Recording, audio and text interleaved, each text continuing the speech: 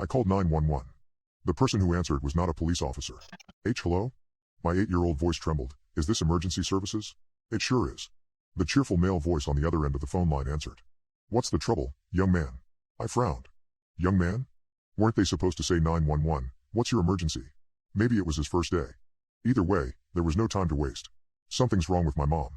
She fell down all of a sudden. I pressed the phone to my ear and leaned back.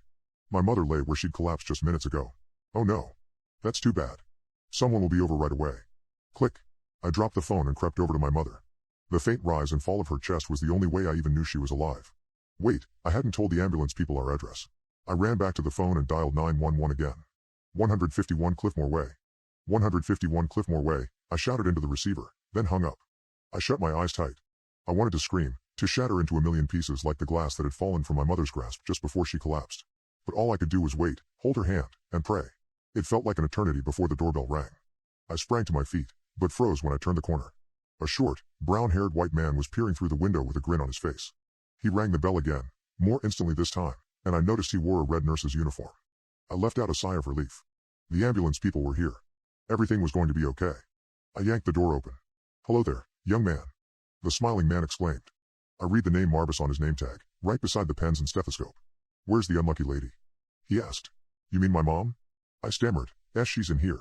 Two expressionless assistants in identical red uniforms rolled a Guernsey to where my mother lay, surrounded by shards of glittering glass. Up, and away. Nurse Marbus rubbed his hands together excitedly while my mother was loaded into the Guernsey and rolled out the door.